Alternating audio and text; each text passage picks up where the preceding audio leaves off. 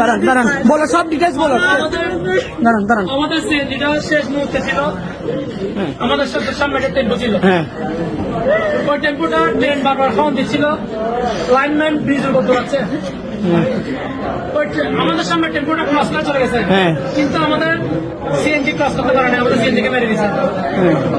এটা কি কারণ হয়েছে? কাদের গাফিলতি?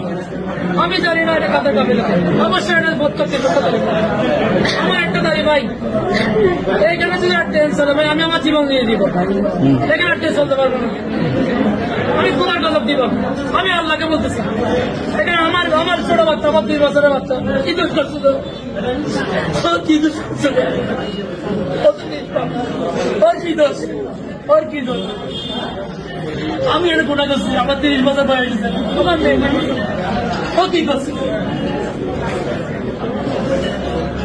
আমি আমার মেয়ের জন্য আমার কাছ দিয়ে বলতেছে, বাবা আপনি আনি, আপনি আনি।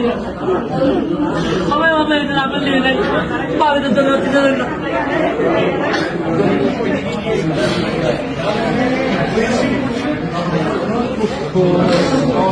আর মই গাড়ি পানি আগে তাহলে পানি বুঝে আর মই কিনলে গেলে তোরা যে কিনলে গেলে কালিয়া যাবে তোমাদের সকাল জিনিসটা তো মাথা ব্যথা করতে প্রয়োজন না দেয়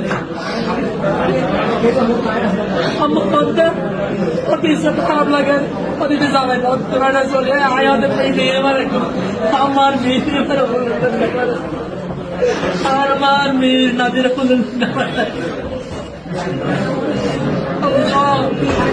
তোমার কাছ থেকে কিনে দিলাম